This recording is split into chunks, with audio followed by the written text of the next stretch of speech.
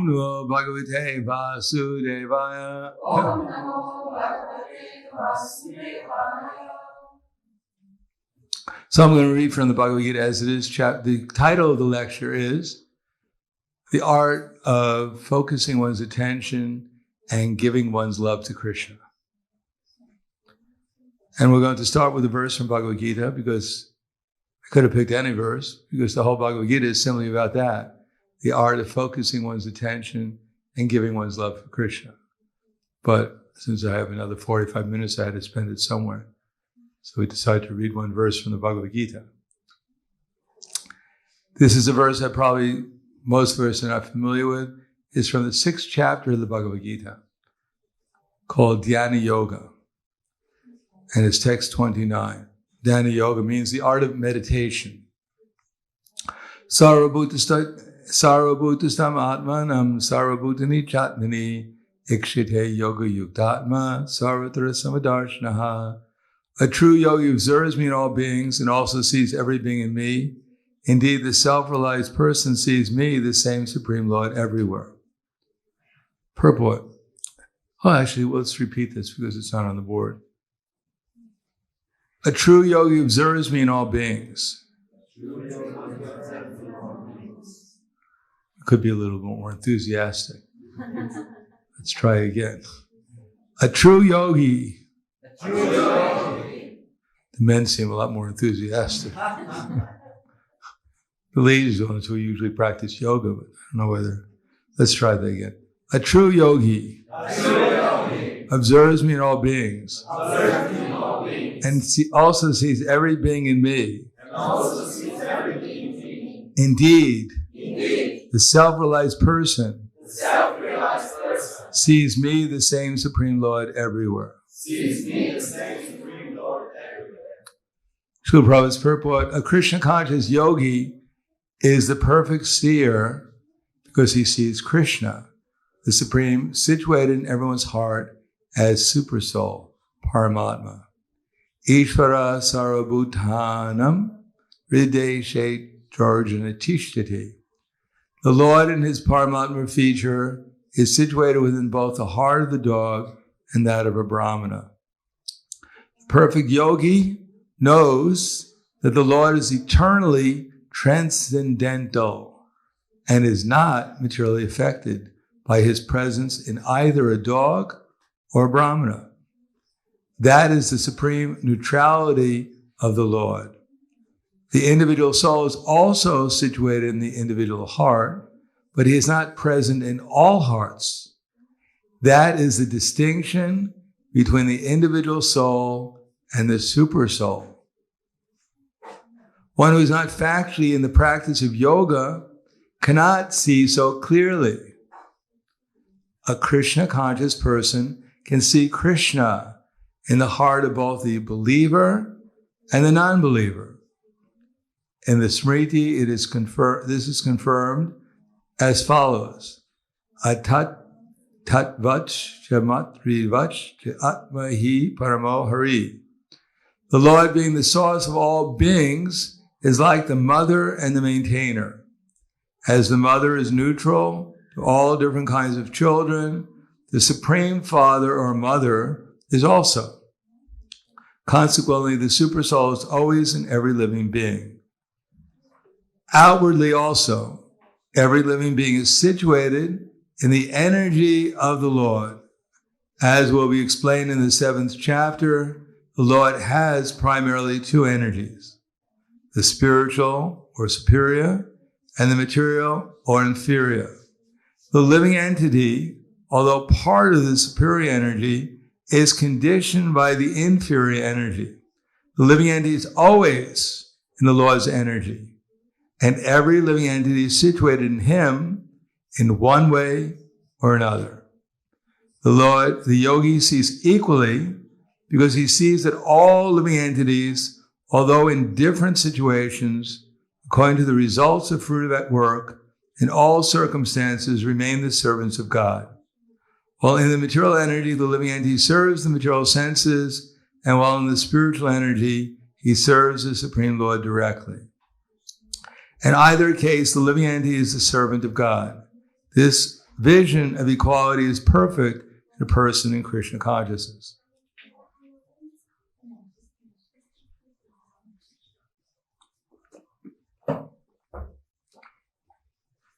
So the purpose of this is that there's a sequence.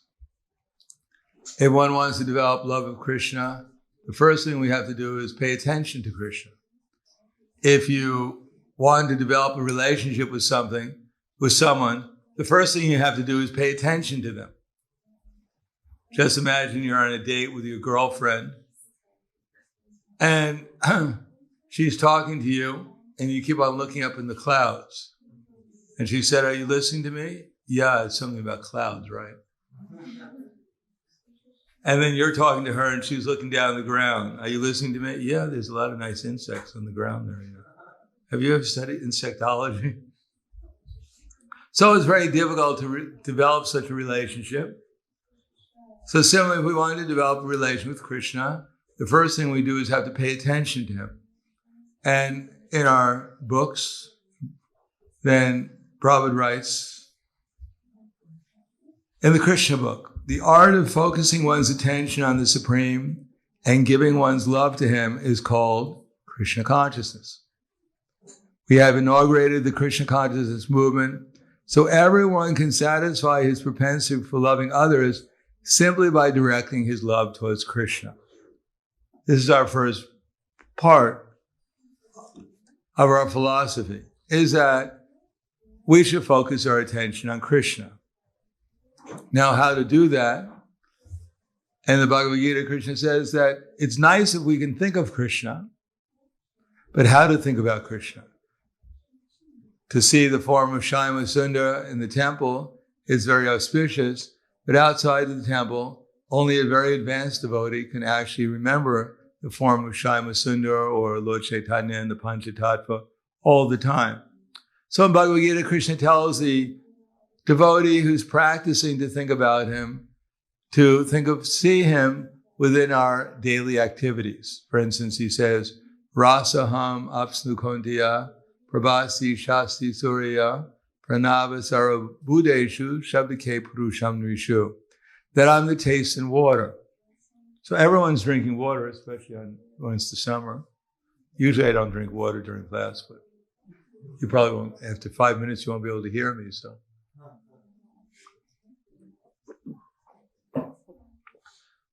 Finally I remembered Krishna. So Krishna says when you're drinking water, then you should remember Krishna. Even to the extent that Prabhupada points out that even if you're a drunkard and you're drinking wine all day long, if you remember that the taste of the wine is Krishna, then after some time you'll become a great devotee. Of course, we're not recommending that as a standard practice.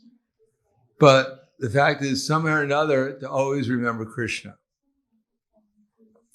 I'm the taste of water, I'm the light and the sun and the moon. Rather than when we look in the sky, just seeing a ball of fire, to actually understand that Krishna has put that sun there in order so that we can practice pure devotional service. As a matter of fact, the entire creation is there simply as an opportunity to practice thinking about Krishna. If we see the sun in the sky and remember Krishna, and that's very good. And even better than that is if we remember Krishna and feel a little gratefulness that he's giving us some heat and light. Similarly, I'm the taste and water, I'm the light and the sun, I'm the syllable Om in the Vedic mantra. So when we hear sound, we should understand that this sound is also Krishna's energy. And Krishna's energies are non-different from Krishna. And therefore, we can appreciate sound, our ability to hear. We're very fortunate that we can hear. Some people can't hear, at least externally. And therefore, by great fortune, we can hear, and especially hearing about Krishna. Then we can understand that this is also simultaneously one but different from Krishna. It's Krishna's energy. It may not be Krishna, but just like shoes. Now, if you're walking on the street and you see any old shoes, then you're not very much impressed by the shoes. But if they happen to be the shoes of your little child, then immediately you feel some affection even for the shoes. because they remind you of your child. If we see something and it reminds us of Krishna, then we'll feel some affection for it, if we have affection for Krishna. But in any case, at first we should see things so we remember Krishna. Now it is said that the reason why we forget is because we see things outside of Krishna consciousness. The reason why we forget Krishna is that we look at objects and we don't see them in relation to Krishna. We see them in other ways. And their material nature is such that it helps us forget Krishna. But if we make an effort to remember Krishna by looking at the sun, then whenever we see the sun, we'll also remember Krishna. Prabhupada says we work not with our body, actually we work with our mind and intelligence. And we may be appearing to do so many different things, but actually it's all based upon our intelligence. And that intelligence becomes spiritualized when we do things in relation to Krishna. But we'll only do things in relation to Krishna when we see how things are related to Krishna. So if the intelligence and the mind are always engaged in the thoughts of the Supreme, then naturally the senses are also engaged in His service. Superficially, at least, the activities of the senses remain the same, but the consciousness has changed. Now the question is, since we're conditioned souls, how are we always going to remember Krishna? Why should, this seems very impractical. But if we want to learn to love Krishna, we have the ability to try to think about Him. Generally speaking, every conditioned soul approaches Krishna for 4 different reasons. Namely, in distress, or out of desire for comfort, or out of desires for inquisitiveness to satisfy our desire to understand things more clearly, or simply to become the Supreme, to become the savior of others, to liberate them and give them knowledge. Out of these 4 different reasons, people approach Krishna. Now, they may not have love for Krishna, but they're approaching Krishna. And we ourselves may have some of these tendencies also. After all, in Kali Yuga, who's not in distress? If we look at people in general in the street, we don't find them all dancing, singing, what a wonderful world. I want to be here forever. Nor do we find people averse to comfort. If you offer people, they used to have this program on television called The Millionaire, because nowadays $1 million is not so $1 million is not so much. But at that time, it was worth maybe $100 million, $1 million. And there was one man, he used to write a check for people he didn't know and give them $1 million to find out what they do with it. So everyone wants $1 million, even $1 million. No one would refuse $1 million, although it's not worth so much anymore. But it's still worth quite a bit. Because we want some comfort. We can buy us perhaps a house, a bed, a nice pussycat, something. Can be our pillow. Something soft. So everyone would like some comfort. Everyone has doubts, wants to satisfy their inquisitiveness. People have so many questions. Even the birds have questions. They're trying to get answers. Beep, beep, where's the worm? So human beings also have questions. They go beep, beep, where's the pizza? Where's the ice cream? And we all want to feel like we're helping others. We're saving them. We're the center of the family. The husband thinks I'm supporting the family. The wife thinks I'm supporting the husband. The children think, we're going to save our parents. They don't know what they're doing. Everyone wants to be the savior. Therefore, in our literature, we find people approach Krishna with these 4 reasons. And Krishna doesn't say it's bad. Actually, he says it's good. And he says, akama sarva karma va, moksha kama udaradi, tivrena bhakti yogena yajeta purusha para. Whether one is full of desire, or has no desire, or wants liberation, one should worship Krishna. So that's our position. Whatever our crazy minds are telling us to do, whatever our crazy senses are directing us to do, still we have to worship Krishna. We have to try to focus our minds upon Krishna. Our process, of course, primarily is chanting japa and kirtan and worshiping the deities, hearing Srimad Bhagavatam, Bhagavad Gita, serving the devotees, and trying to make the atmosphere spiritual. So these are 5 powerful processes that Srila Rupa Goswami has recommended that we practice so we can fix our mind upon Krishna. That doesn't mean if we practice them that automatically our mind becomes fixed. As a matter of fact, we sometimes become discouraged because we find out how unsteady our minds are.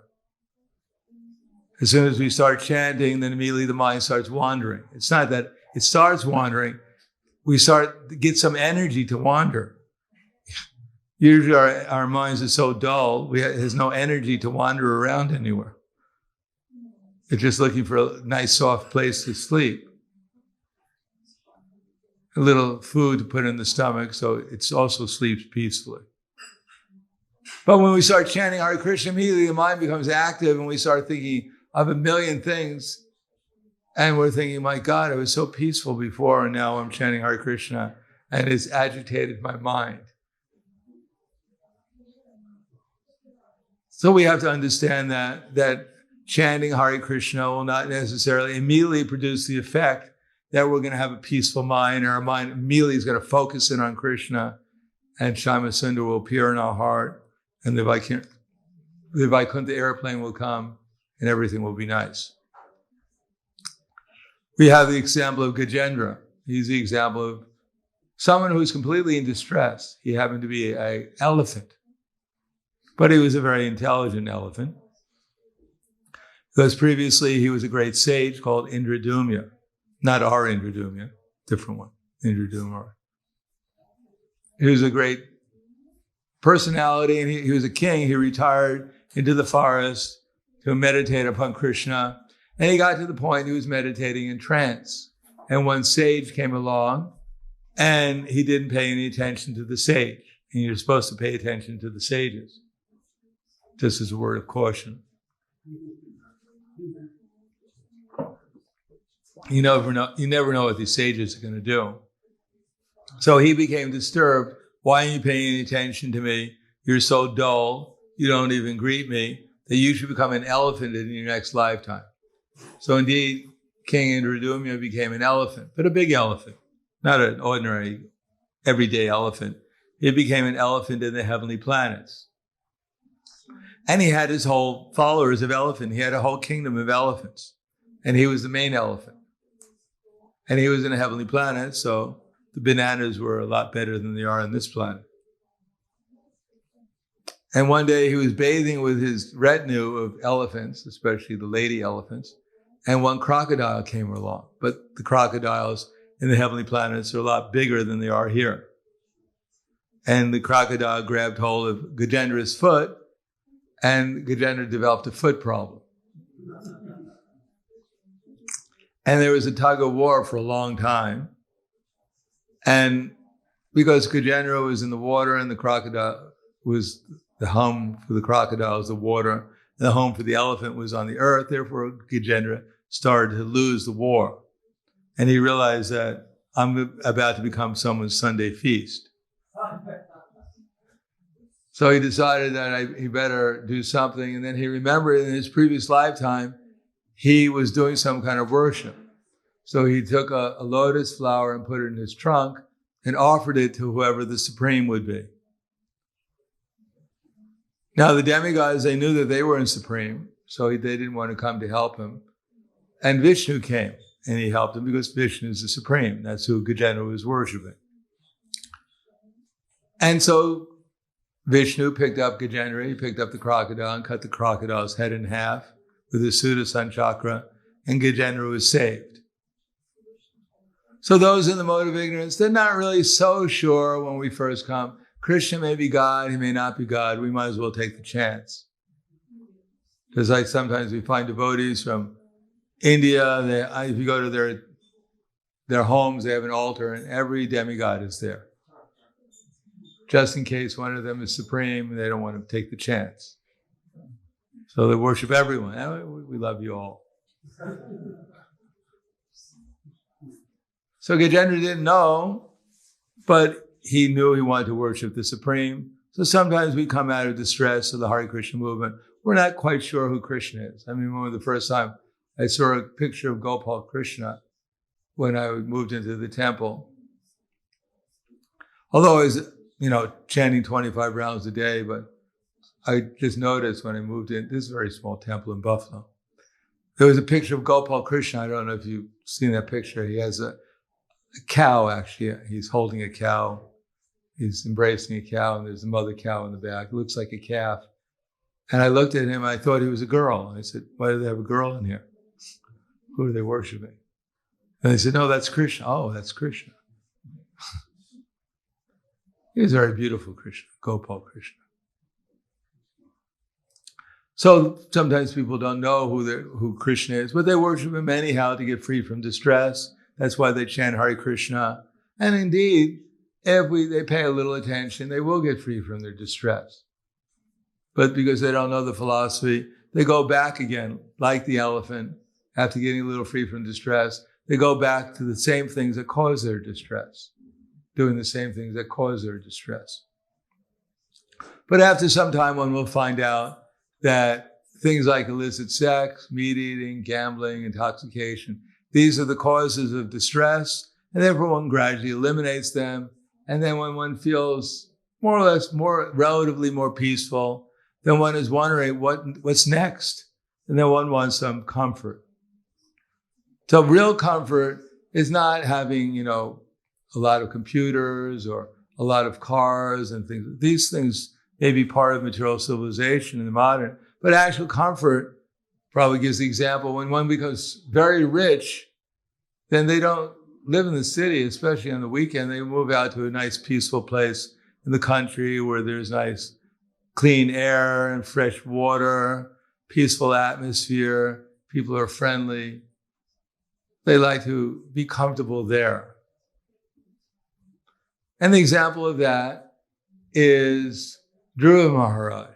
So Dhruva Maharaj, he was the son of Uttamapada. This is in the Satya Yuga.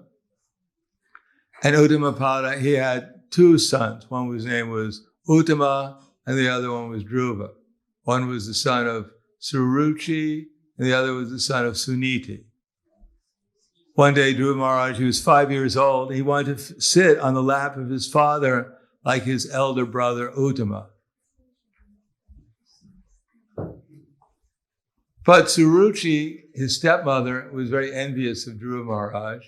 So she told him that you cannot sit on the lap of the king because you're not born of my womb, because you're not my child. Therefore, you're not allowed on the lap of the king because you're really not the king's son. So the king didn't say anything because he was a little attached to Suruchi rather than Suniti, Dhruva's mother. And so he didn't invite Dhruva on his lap. So Dhruva became very upset.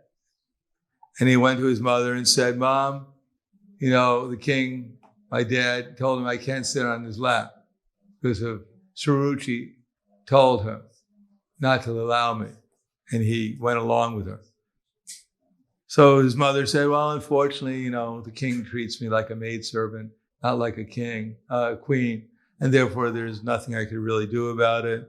But if you want to get some justice, if you want to have your desires fulfilled, the only person who can do it would be Krishna. So Dhruva Maharaj said, all right. Although Dhruva Maharaj is only 5 years old, he said, where's Krishna? I'll go and ask him. Maybe he can help. He said, well, I don't really know where he is. But all the sages, they go into the forest to find him.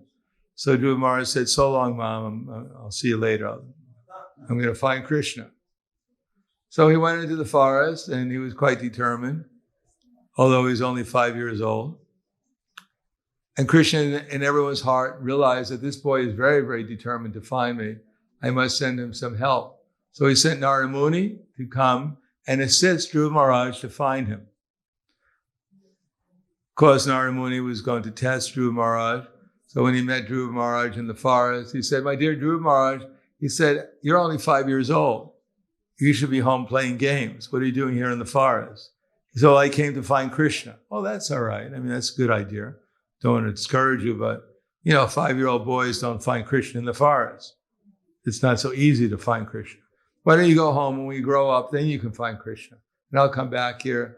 I'll meet you in around, 15 years?" And Dhruva Maharaj said, "No, I'm here to find Krishna. If anyone wants to go home, you go home. I'm going to stay here and find Krishna." So Narada Muni said, "Oh, this boy's really serious. I think I should give him some instructions." So he said, "Yes, Dhruva Maharaj, I'll teach you how to focus your mind upon Krishna. Because before you can find Krishna, you have to focus your mind upon him." So Dhruva Maharaj said, "Whatever you say, I'm going to follow." So he said, "Go in this place called near this ghat in Vrindavan and make this deity of Vishnu out of the clay there. And all day long, as much as possible, you chant this mantra, Om Namo Bhagavate Vasudevaya. Om Namo Bhagavate Vasudevaya. Now you have to find clay and you have to build this deity. But now the next thing, he gave him instructions of what kind of austerity to perform. This is the tricky part. So for the first month, Dhruva Maharaj, every third day, he only ate a little bit of kapita fruit. Anyhow, kapita fruit, you can't find too much of it in the market around here.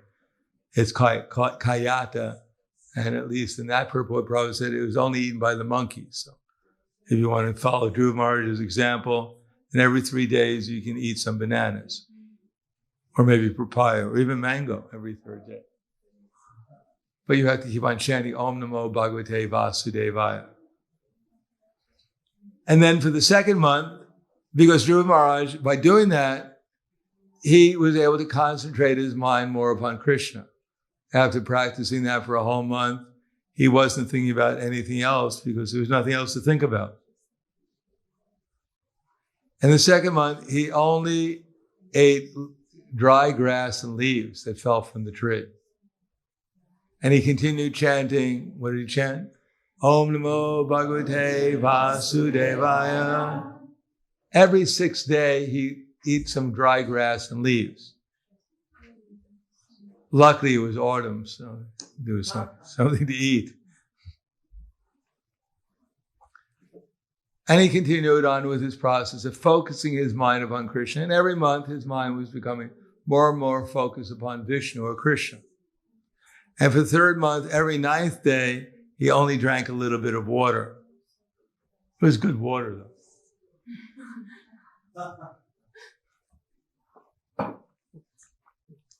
And he continued on chanting, Om Namo Bhagavate Vasudevaya. And for the 4th month, he only took a breath of air every 12th day. That's austere. Because no one was there to check him. Maybe he took a couple extra breaths once in a while. But he stopped eating and drinking water, and just every 12th day he took a breath of air.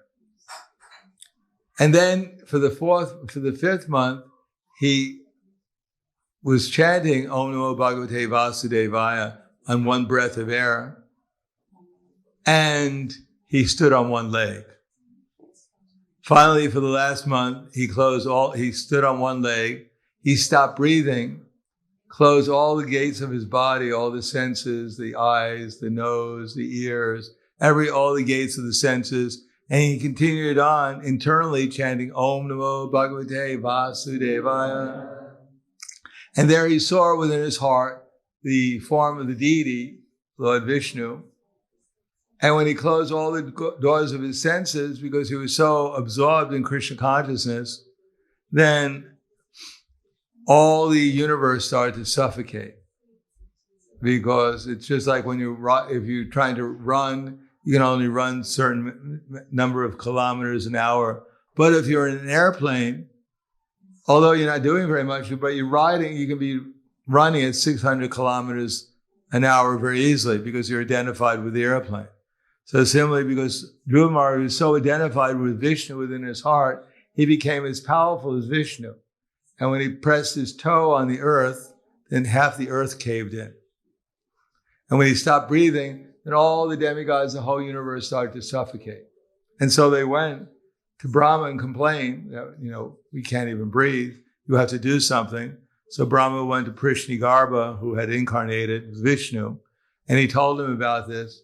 And Vishnu, Prishnigarbha, went before Dhruva Maharaj, and Dhruva Maharaj's meditation broke, and he saw the same form that he was meditating upon externally in the form of Prishnigarbha.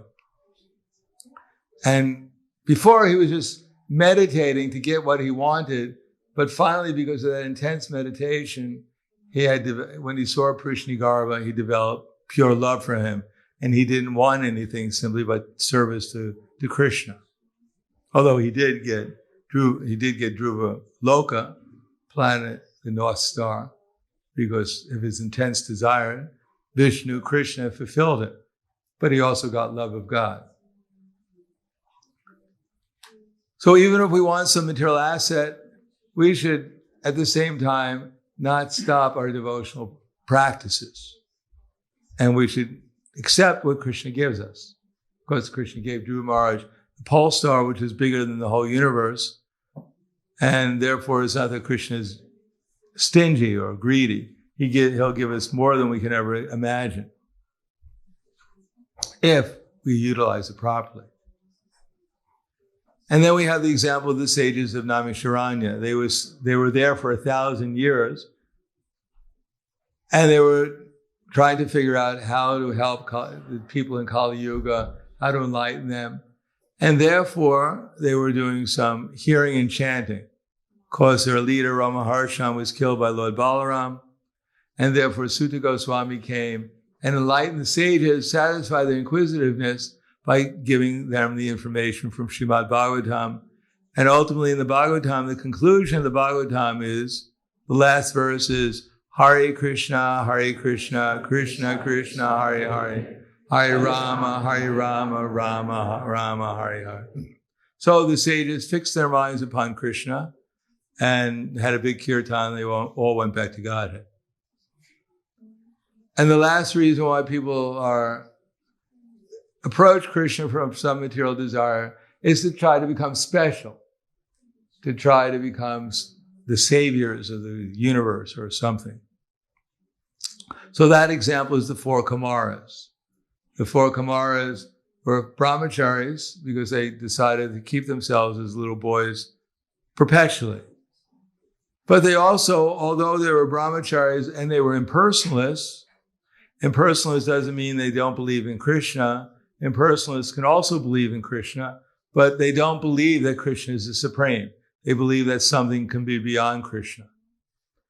And therefore, the 4 Kumaras, by the dint of their austerity, their mystic power, they went to Vaikuntha to meet Narayan. Because Narayan, although they don't think he's the supreme, they think he's pretty close to it. They went through 7 gates, and the last gate, 2 gatekeepers, Jai and Vijaya, stopped them. And there they became angry and cursed the gatekeepers, and then Vishnu came. And when Vishnu came, by smelling the sandalwood pulp and the tulsi leaves on Lord Vishnu's lotus feet, their hearts changed and they became pure devotees. So obviously to go to Vaikuntha requires a great amount of austerity. And a great amount of mystic power. And they were completely focused on seeing Vishnu. And because they were fortunate to see Vishnu and get his association, then they developed love of God. Other than that, the Kumaras previously, according to Brihad Bhagavatamrita, they were always in Janaloka. There's a planet in this universe called Siddhaloka. And in the Siddhaloka planet, there are sages such as the Kumaras, and they're always meditating on the different Vishnu forms. But only when they actually went to Vaikuntha and met Lord Narayan personally did they actually develop love of God. So the conclusion is, we may not be pure devotees, And if we imagine that we somehow or another have developed Krishna prema, that would be rather artificial. In one sense, Prabhupada had to say, give us the title of devotee. On the other side, he actually gave us the reality of where we're situated. A devotee is someone like one who's actually mad after Krishna, like Chaitanya Mahaprabhu or the six Goswamis. Hey Radhe, Brajadevi Ke, Chalalite, Hey Nanda Shuna Kata, running all around Vrindavan, searching for Radha and Krishna. Many times the devotees go to Vrindavan and they go to Lloyd Bazaar, searching for the best bargain down there. Because we visit the holy places in Vrindavan. There are many important places, but it's very rarely do you find actually devotees, their hearts overwhelmed with love and they're rolling on the ground and shouting, Hey Radhe. And if they do, one time some people came to our temple and they started to roll on the ground in the Krishna Balaram temple and shouting Radhe, Radhe. And so the devotees were confused and they went to Prabhupada. They said, Prabhupada, what should we do? Because these people, they've come to our temple, they're rolling on the ground shouting Radhe, Radhe. So Prabhupada said, go and kick them in the head. So the devotees were a little surprised, kick them in the head? Well, then Prabhupada said, well, if they're actually entranced in love of God, they won't notice that you kick them in the head.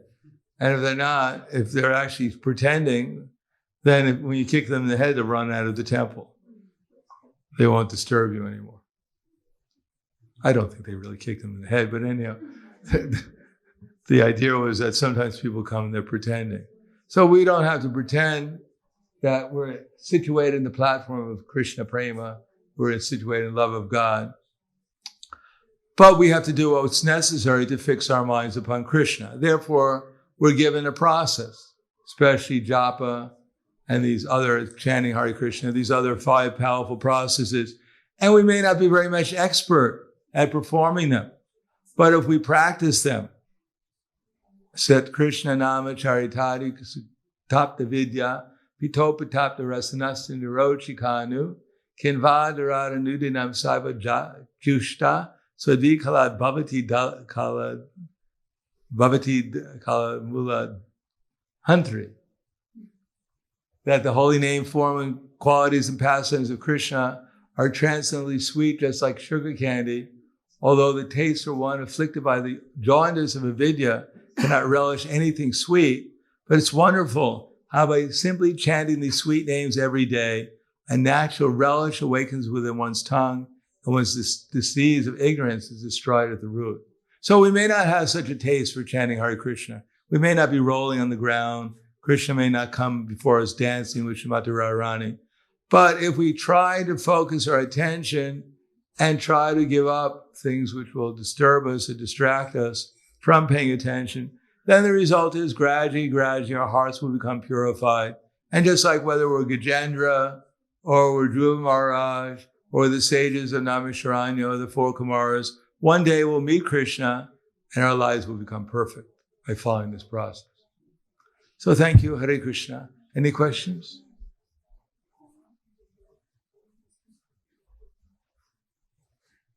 Devotees in Ljubljana are famous for questions.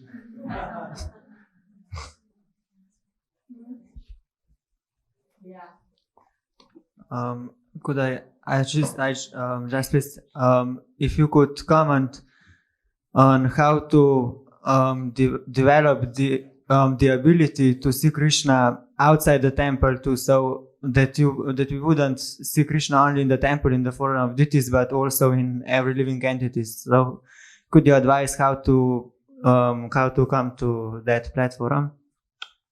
Well, if we hear the scriptures, we hear Prabhupada's books, and then we learn how to see things and how to act, so that we act in such a way as that naturally we remember Krishna. So the first thing to do is to accept that everything, both in the temple and everywhere, belongs to Krishna. The next thing is we have to think as ourselves as a servant of Krishna and think about how to utilize whatever is within my sphere of influence, utilize that to please Krishna in Krishna's service by following Krishna's authorities. How they would, like in Bhagavad Gita, how Krishna tells us to see and utilize things, how Guru says and Sadhu says we should see and utilize things. And then if we do those things, what the authorities tell us to do, and we do it to please Krishna, then naturally we'll think about Krishna. Just like a man, he goes to the office. He's going to the office because he has to make money to maintain his family. So he has a picture of his wife and the children on the table. And while he's working, he's thinking about the children. He's thinking about the wife. And whatever he's doing, he's naturally, because he's doing to please them, therefore he's actually naturally thinking about them, even while he's doing his work. So that we should be like that. We should think ourselves that this world, everything here belongs to Krishna. We should find out how Krishna wants us to utilize his energies. And if we do these things to please him, then naturally we'll think about him, whatever we're doing. Okay. Anything else?